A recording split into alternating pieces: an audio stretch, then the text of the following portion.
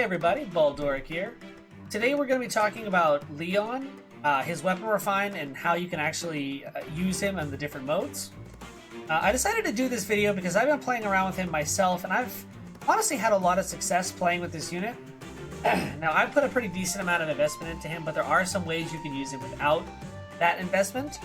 And I want to talk about a few different ways you can play this unit today, and maybe if you're trying to build him, or whether you want to use him as a bonus unit for this arena season, it'll give you some ideas on how to build him. So first off, let's talk about his weapon refine.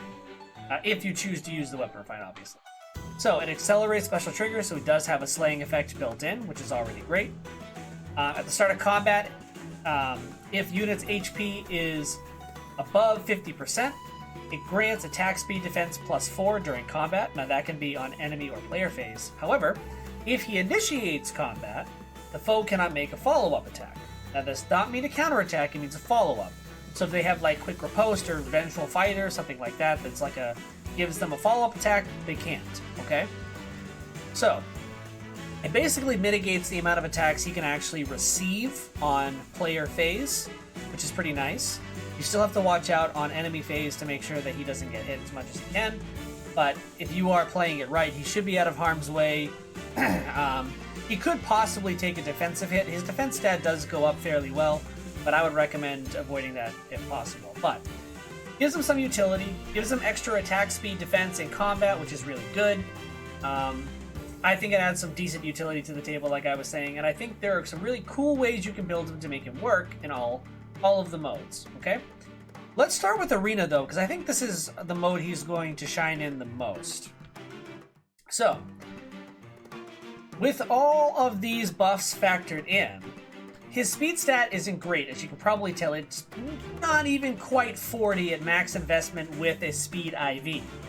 However, if we dump a bunch of speed stuff into this unit while also buffing his attack, we have Swift Sparrow 2, that's +4 to each, Swift Sparrow 3, which is going to be adding 6 and 7, so we're up to 10 and 11, so 10 attack, 11 speed. His weapon is making it 14 attack, 15 speed. And with Joint Hunt attack, that's another +5 to the speed stat. So 14 attack, right? So if you put 14 attack into his attack stat, he's going up to 68. 20 more speed is going to be putting this guy at a solid, 59 speed. Making sure I did my math right? I think so. 4, 10, 14. Oh no, 14, right? So yeah, I was right. So he is at the 68 attack. A lot of math, apparently.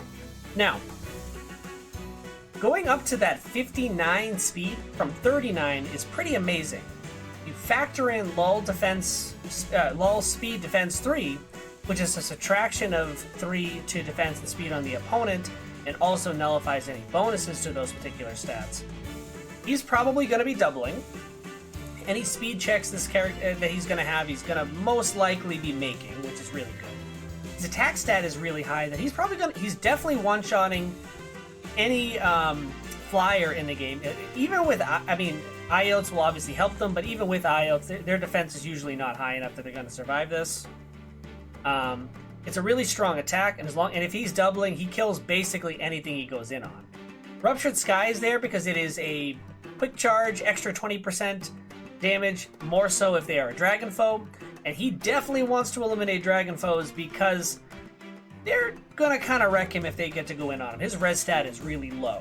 So if you can proc or get Ruptured Sky ready to go and you need someone to kill the dragon, it is an extra 40%. He's probably gonna have to kill them on initiating combat because if he gets hit by them, they'll probably kill him or something like that.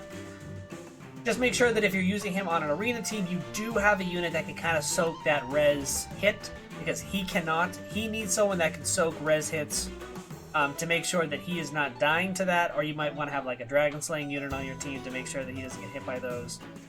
Something to that effect, okay? But on your turn, he is going to do great. Have someone that can either get him out, dance him, something to that regard, and he is going to be a real powerhouse as a bonus unit, even more so, okay? So during this arena season, if you have a built one of him, definitely use him. I think he's going to be strong. If you're just using him as a bonus unit, I'd still recommend using him. He can do a lot of work. Alright? Now for AR, there's an interesting way to use this hero, I think. Defensively, I think he actually ends up being pretty good. So, let's talk a little bit about why I think that. Now, I'm using Bramamond and Yune as his dark mythic heroes. Close foil. Now, obviously, this could be close counter, but I'm choosing close foil in this case because of what it does. If he does get the initiation of a sword, lance, axe, dagger, beast, whatever it is, he gets the attack defense +5, so it gives him slightly more survivability and slightly more attack, which he's already at 60 attack, which is pretty great. Going up to 65 only helps. Moonbow, because obviously you want that quick proc for more damage, and if you have a team that's infantry pulse, he will most likely have this turn 1, and turn 1 Moonbow with special spiral is going to be amazing, especially if you have dancers to go off with him. Quick Riposte, because if on enemy phase he does get hit, now obviously if he's getting hit by a res attack or someone that's hitting his res stat, he's probably going to die, so Quick Riposte won't matter. But if he is getting hit by a physical attacker and does survive, Quick Riposte is going to help because he does get an extra follow-up attack regardless of their speed stat. His speed being 40 is a bit of a problem because he's not going to double as much, which is why I'm building into making sure that Moonbow procs as much as possible because of that extra mitigation on the opponent's defensive stats so he does more damage. Pulse Smoke, because you want him to be able to go in, do his attack on your turn, which is technically enemy phase because it's defense, and he Pulse Smokes the enemy team, so that anyone else on your team doesn't get those specials hit on them, or he doesn't get it as well. So, it does have good utility. It can do a lot of damage. This can still work player phase as well. This can still work enemy phase as well. I'm thinking because it's on, 8th rate defense, so I'm mixing the two up. But the problem with this particular build here is Quick Riposte is not going to save him every time, and it only works if he's getting hit defensively. You may want to switch this out for something like Fierce Stance or something to that regard. You could even do Mirror Stance, but I don't think it's worth it. I don't think whatever is hitting him on res, Mirror Stance is going to save him, most likely. So I would recommend just doing something that's going to boost his attack so that he can do as much as possible.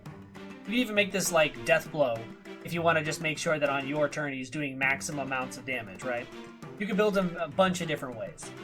But I think this is a decent idea of how you can build him defensively. Obviously, you want to gear it around what kind of a team you have, but here's a pretty good invested idea on how to do that. Now, finally, we have a budget build. So this is no pluses, anything like that. Now, I've used speed a lot for him, and attack for the 8th raid build, but for this one, I'm also choosing attack because his speed stat, even with the positive IV, it only goes up to 36. Really nothing special. He's not going to be getting any extra doubles because of that 36, right? And that's because I have Fury 3 as well. So I chose to go for attack on this particular build because we want to maximize the amount of damage this unit can do. On your turn, because of Swift Sparrow, Bow of Beauty, and then not getting a follow-up attack, he's getting +8 attack and speed, which is pretty useful. He might double because of that extra +8, but I'd still focus on getting those kills more than anything. Defense Smoke, because the way this should work is if you do this attack, hit somebody and they're all a little bit weaker, if you dance him and move him in again, he can get those kills. The objective is him not taking hits. Now, because you are going to be using Fury 3, Vantage is going to happen on the opponent's turn, and he does not get Swift Sparrow, but Bow of Beauty does go off, so he is going to be getting that +4, so he will be up to 58 attack on the opponent's turn before any of your buffs. And with Moonbow, as long as you have a Dancer, you should have it up, because you'll go attack, dance, attack, and Moonbow is ready, right? So if you do this right, it actually does work pretty well as a Vantage strat. It's not perfect, but it does work for a budget roll, anything at low costs, like not super high-end games. It should perform fairly well. Obviously, if you want to, you can switch this around. You could have attack smoke and things like that. You could build it more towards the Vantage, so like Fierce Stance there instead. However you want to do it, that's just an idea of how to build like a decent budget build for this unit, and I think it actually performs pretty well. That being said, thank you so much for watching this video. If you enjoyed it, please consider subscribing. I'm going to be putting out more videos like this one on individual units, new units, etc., weapon refines, things like that. If you want to keep up with me and my videos or just Fire Emblem news in general, consider following my Twitter. It's on my channel below. That being said, thank you for watching the video. I hope you enjoyed it, and I hope to see you next time.